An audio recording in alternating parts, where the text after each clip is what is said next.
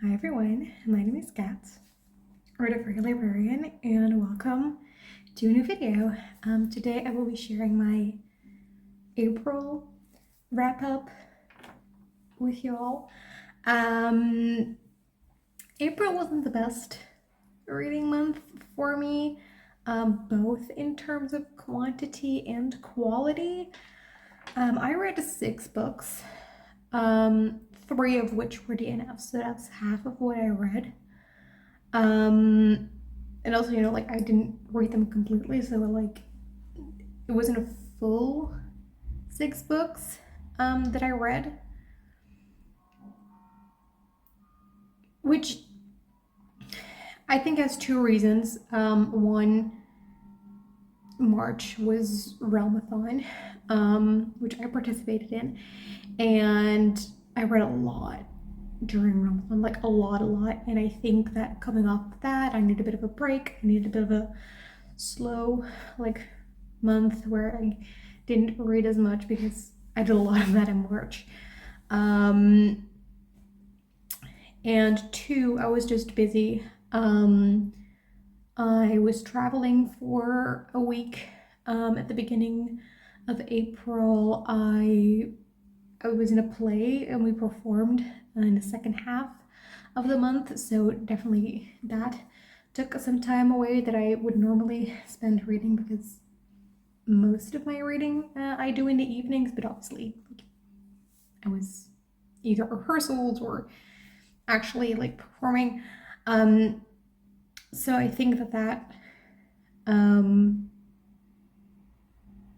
explains the lower numbers. And I also think that because of those things, because I had all that going on, I was maybe not as patient with the books, and I maybe have DNF'd some that in other months I would have finished, but maybe not given the highest rating. I just couldn't be bothered. So I think it was a combination of those 2 things that caused this. But I'm not gonna do stats because I don't care at this point. So I'm just gonna go over the books in the order that I read them in.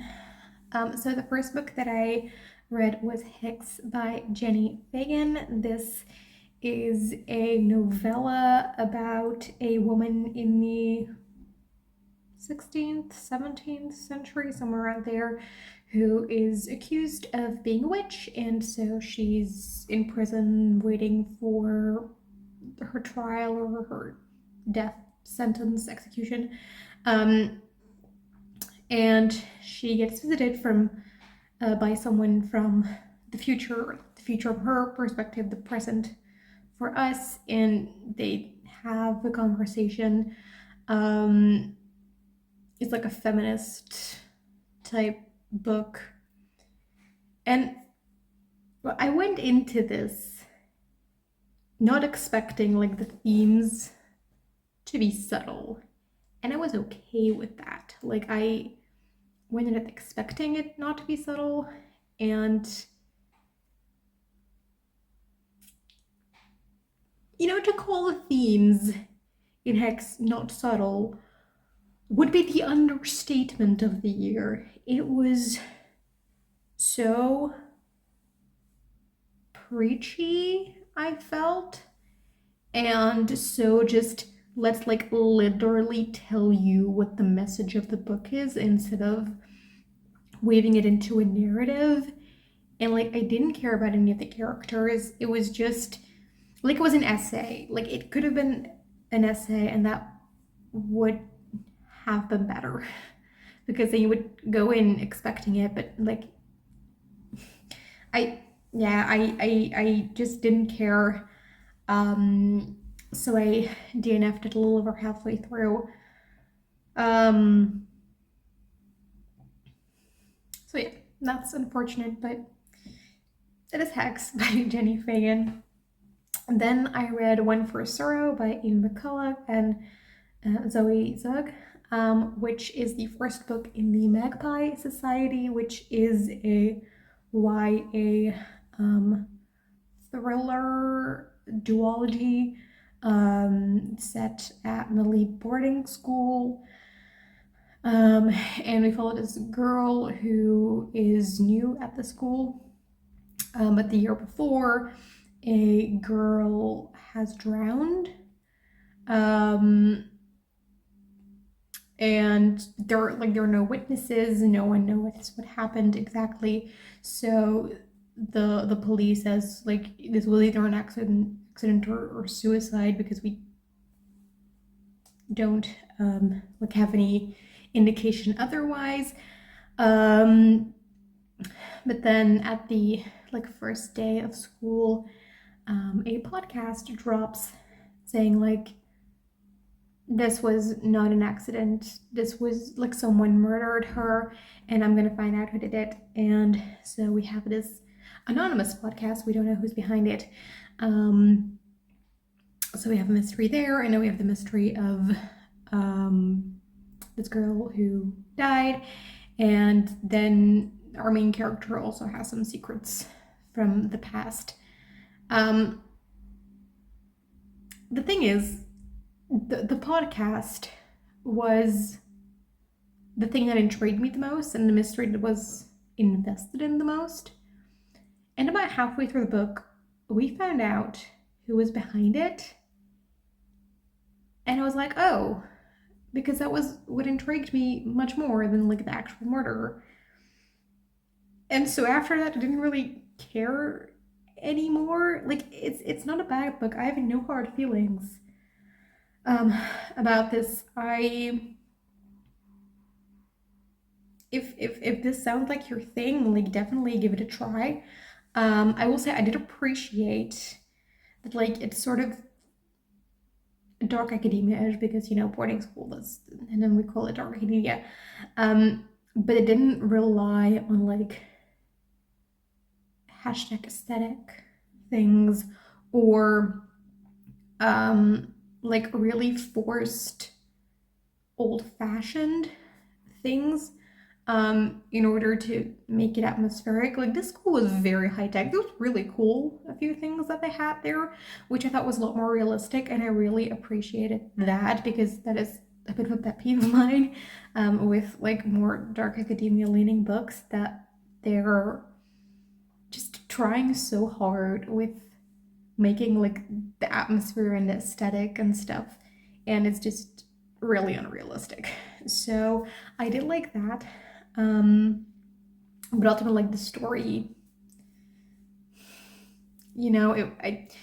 once I found out who was behind the podcast, I just didn't want to pick it up again, so I decided not to. But I definitely wouldn't steer you away from it if like a YA thriller set in a elite boarding school with like some high school drama and stuff, secrets from the past. If all that sounds interesting to you, like, give it a try. You may have a better time than I did. As I said, I have no hard feelings, but I did DNF this about halfway through as well. Then I had a bit of a streak of 2 DNFs, and I was a bit nervous because, like, oh, what if I just don't like books anymore? And then I read Get a Life, Chloe Brown by Talia Hibbard, and this was so much fun, and it was so cute, and I loved the banter between our two main characters. Yeah, I don't read a ton of romance, so I don't know that I fully have the language to express what exactly about this I liked so much, but it just made me happy. It made me feel warm inside. There is one section where like sending emails back and forth, so it's like you just go like email after email after email. I love that part, because the emails were so adorable, and the banter in the emails was so lovely, and I really liked it. I also like the family dynamics between the Brown sisters, so I'm really excited to continue to get their stories, especially Eve. Like, I really like Eve. She's the youngest. So yeah, it was cute, and it made me happy, so I gave it 5 stars. Then I read The Patient by Jasper DeWitt, which is a like thriller set at a psychiatrical hospital, and there is this one patient that is being kept away from everyone else. Like no one really wants to treat him anymore because everyone who's tried to like help him, treat him, whatever, they've all gone crazy. So we have this one psychiatrist who is new in this place, and so he wants to help this person. So we have like a bit of mystery going on of what is actually going on with this person. He like there's a lot of manipulation going on from this patient to our main character, and also the format in which it's told is like through a blog. So we're reading this main character's blog, and I just, whenever there's like a layer between reader and POV character, like that always creates a little bit of an unreliable narrator, at least in my opinion. So I thought that was very interesting. Like the main character has a lot of doubts about like the whole situation. And that was very fun to read. It went very quickly. I was very intrigued and entertaining, and I couldn't put it down. But I thought that the ending was a little bit disappointing, like the conclusion of the mystery. I'm not gonna like say what it is, but I'm gonna say like what direction it goes in. So if you really don't want to know anything about the ending, skip to whatever time is on the screen right now. I'll also try to remember to put a timestamp in the description. So I'll give you some time to skip if you don't want to hear it. But the ending, it went into like the direction of the supernatural, and I really wish that there would have been more like of a realistic explanation. So I didn't love that. I also think that some parts of it stayed like very open-ended, and I would have wished a little more closure on those things. So like the ending was quite disappointing, I thought. I ended up giving it 3.5 stars. So yeah, it was fun. While I was reading it, it was quite a page turner, but yeah, I don't know if I'll remember it down the line. Like I have my reading journal in front of me whenever I do these videos. If I look down, that's what I'm looking at. And like I knew that I had read 6 books in April, and I was just going over them in my head, and every time I could only get to 5, and I was like, what is number 6?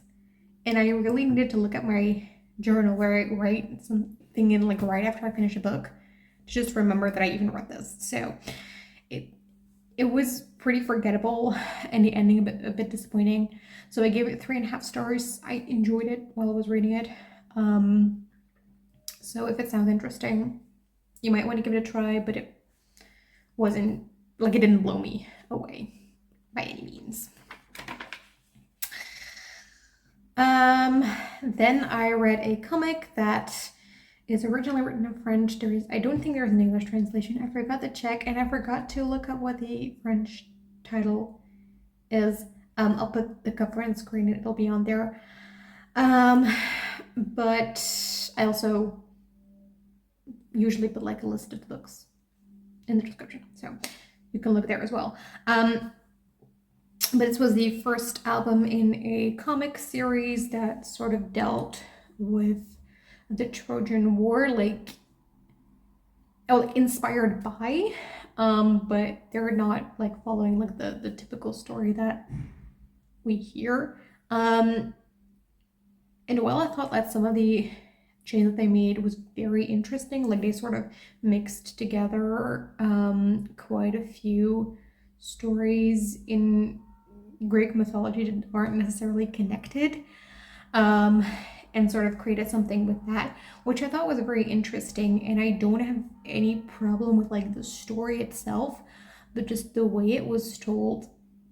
It was so choppy and like jumping from like, it was like 3 panels in one scene, and then we jump to the next scene, and then we jump again, and it was very jarring to read and felt very choppy. And I never felt like I really found my footing in the story because of that, and I never felt like I could get into it, because the second I kind of got sort of immersed in a scene, would jump to the next one. And so it kept pulling me out, and so I DNF'd a little over a third into it because I didn't want to continue. Like this is a comic.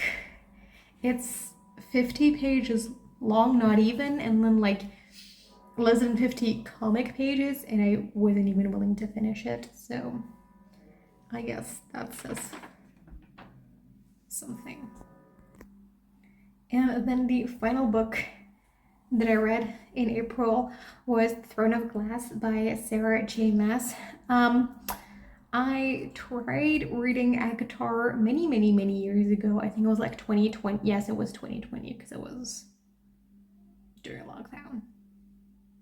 I tried reading ACOTAR. I was 15 at the time, which was maybe not the really the age group that ACOTAR is really targeted at. But at that time, like, I didn't hate it. I didn't dislike it. Like, I finished it, but I didn't care enough and I didn't like it enough to continue on the series, so I didn't. But now we're 4 years later, and I really want to give Sarah J. Maas another try. And you know, it wasn't unsuccessful. So in this book, we follow Selena, who is an assassin, and she is forced to participate in this assassin competition to become the king's assassin. And so we have some trials, which I thought were fun. Like the very first one felt quite disappointing to me, because like I expected something a bit more thrilling and, you know, action stuff. But then after that, I liked them more. Maybe that's because like they are a bit. The first one is definitely the least thrilling of the ones that are described in here, I felt. But also maybe like I adjusted my expectations maybe after the first one, so that like I went in with like lower expectations of what the trials would be, and so like they, you know, weren't as disappointing as the first one, I thought. There was a mystery element which really moved the plot forward, so I liked that. So the characters were fun. Coltaine is a great character. Like, I don't like her as a person, but she's a great character, and I really liked her. Yeah, I don't know if we're gonna see. I don't think that we're gonna see more of her in later books, but I liked her being there. Selena's a nice protagonist. She has a friend whose name starts with an N, but I forgot her name, who I really like too. She's like very mysterious, and I really like her as a character. So yeah, I thought the characters were fun. The romance though didn't blow me away. Like the one with Dorian was like fine, but it was like I could do without. I didn't hate it, but it was just, you know, I didn't really have an opinion on it. The one with Kale, I wish wasn't there. It felt unnecessary. Also, at first, like, I think I missed where they say Kale's age because, like, he's the captain of the guard, and so I thought that he would be like 40 or something. He's not. He's like around the same age as Selena, so like around 20-ish. But like in my head, I had always pictured him as like a 40-year-old dude. And then suddenly I started his romance with Selena, and I was like, ew, no, I don't want this. He's not that much older, but like I know that now, but I still kind of can't get over that first reaction. Also, just Kale felt unnecessary. Like yeah, I didn't love that. I bet he's gonna be the love interest of the rest of the books. Like, but yeah, well, I thought it was fun. I had a great time. It's not a new favorite or anything, but I think that further books in a series, like I see the potential for further books in a series to become better and better, and maybe like the series as a whole. Might have like, I don't think it'll be my new favorite series of all time at this point, but like, this could be a series that I enjoy a lot. So I definitely want to continue on because I had a very fun time. Even if this first book I only gave 3.5 stars, but it's like a high 3.5 with potential to become more as the series progresses. So those were the books. I don't think my book of the month will be a surprise because it's like the one book that I gave 5 stars, which is Get a Life, Chloe Brown. I thought that was a lot of fun. So yeah, I am filming this very late. I'm filming this at the end of May, and I know that May has gone a bit better, both in terms of like amount of things read, as in terms of how well I like them. So yeah, that's good. So let me know if you've read any of these books and what you thought of them. Also, let me know what your favorite book was that you read in April, and I hope to see you again in another video. Bye.